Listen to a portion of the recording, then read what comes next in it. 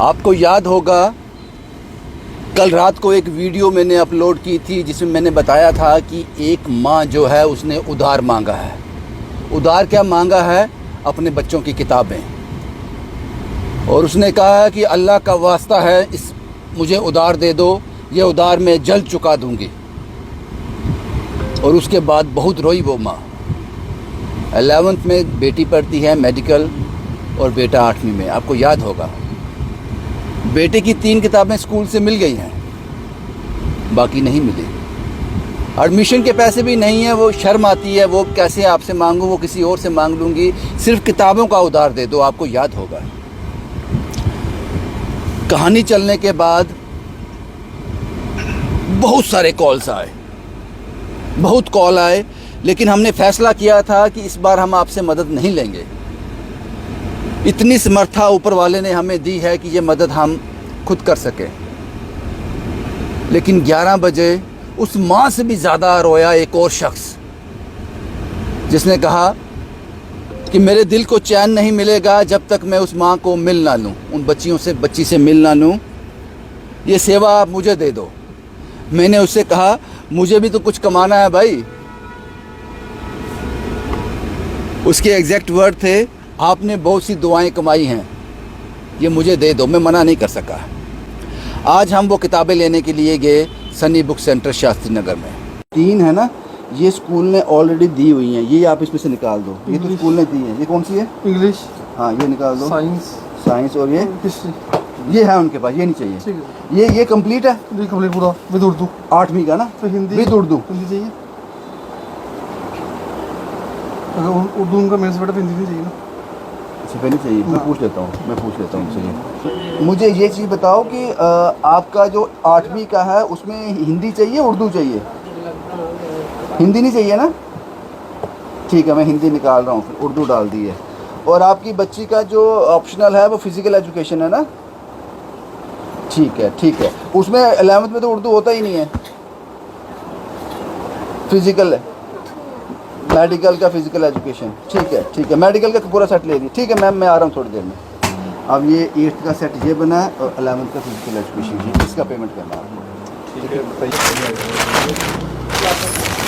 कितना सर? नहीं जी, ये सेवा नहीं भाई, ऐसा नहीं है। पैसे तो लेने पड़ेंगे, आप पैसे लेने पड़ेंगे। 1500।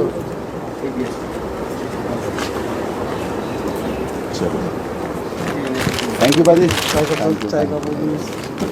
रिंकू चौहान ने ये सेवा हमसे छीन ली। दुकान से वो किताबें लेकर अब हम उसी माँ की तरफ जा रहे हैं। चौहान साहब मेरे साथ हैं। चौहान साहब, बच्चों की तरह ज़िद की है आपने रात को। जी बिल्कुल। देखिए, जैसे मैंने आपकी स्टोरी देखी थी उसी वक्त मैंने आपको कमेंट किया। ये पहला कमेंट आपने देखा होगा, मेरा ही होगा, कि मैंने बोला कि ये सेवा आप प्लीज़ मुझे दे दीजिए, क्योंकि ऑलरेडी आपके तो सेवा करते हैं, आपके तो काफ़ी दुआएं हैं आपके ऊपर, तो ये सेवा मैं लेना चाहता था। तो मैं इसीलिए रात को 11 बजे कॉल कर रहा था।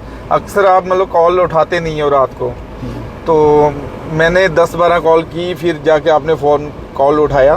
तो मैं आपका थैंक्स करना चाहता हूँ कि आपने फ़ोन तो उठाया।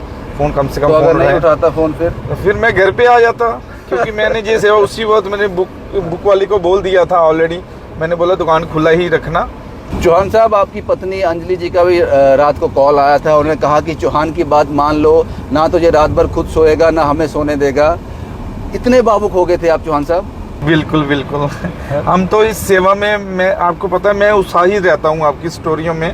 आपकी स्टोरियों में इतना दर्द है कि मैं उस परिवार को, तभी तो मैंने कॉल की। मैं उन परिवार को मिलना चाहता हूँ, वो माता जी को, उन बच्चों को मिलना चाहता हूँ। मैं खुद जाके उनके हाथों में ये किताबें देना चाहता हूँ। तो प्लीज़ मुझे आप अपने साथ लेके चलिए, तभी मैं जिद कर रहा था आपको रात को ही। शुक्रिया चौहान साहब, हमसे बात करने के लिए, ये सब करने के लिए। एक और शख्स हैं, राशिद खान साहब, हिमाचल प्रदेश से। राशिद साहब ने कहा है वहाँ जाकर मेरी उस माँ से बात करवा देना, ये राशिद साहब ने कहा है। और राशिद साहब का ये भी कहना है 1 साल में जितना उनका पढ़ाई में खर्च होगा, एडमिशन फ़ीस, वो सब मैं दूंगा।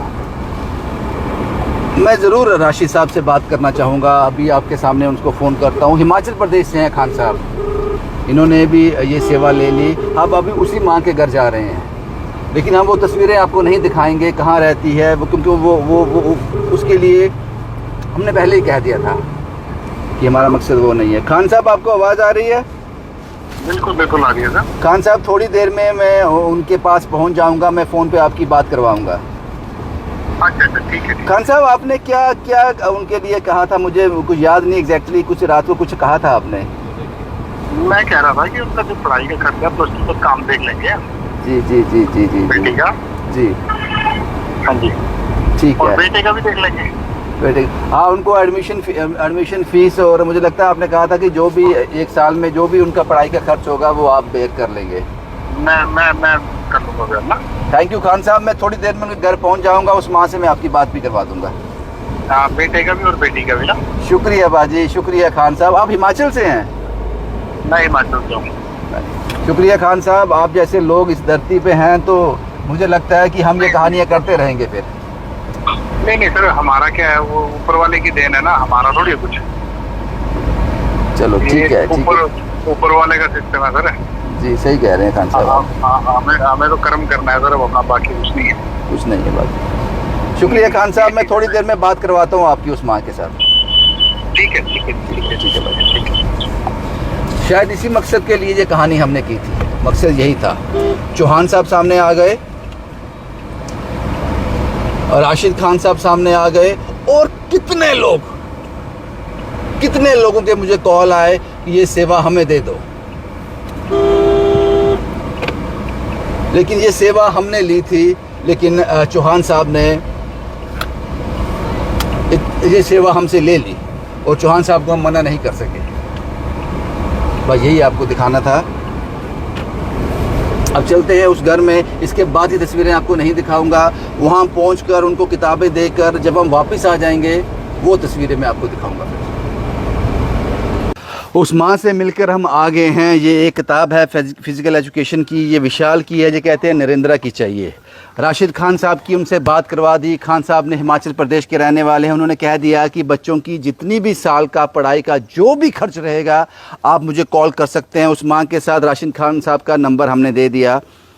शायद इसीलिए ये वीडियो हमने बनाई थी। किताबें उन बच्चों को पहुँच गई, एडमिशन भी उस बच्चे का हो जाएगा। राशिद खान साहब वो कर देंगे सब कुछ।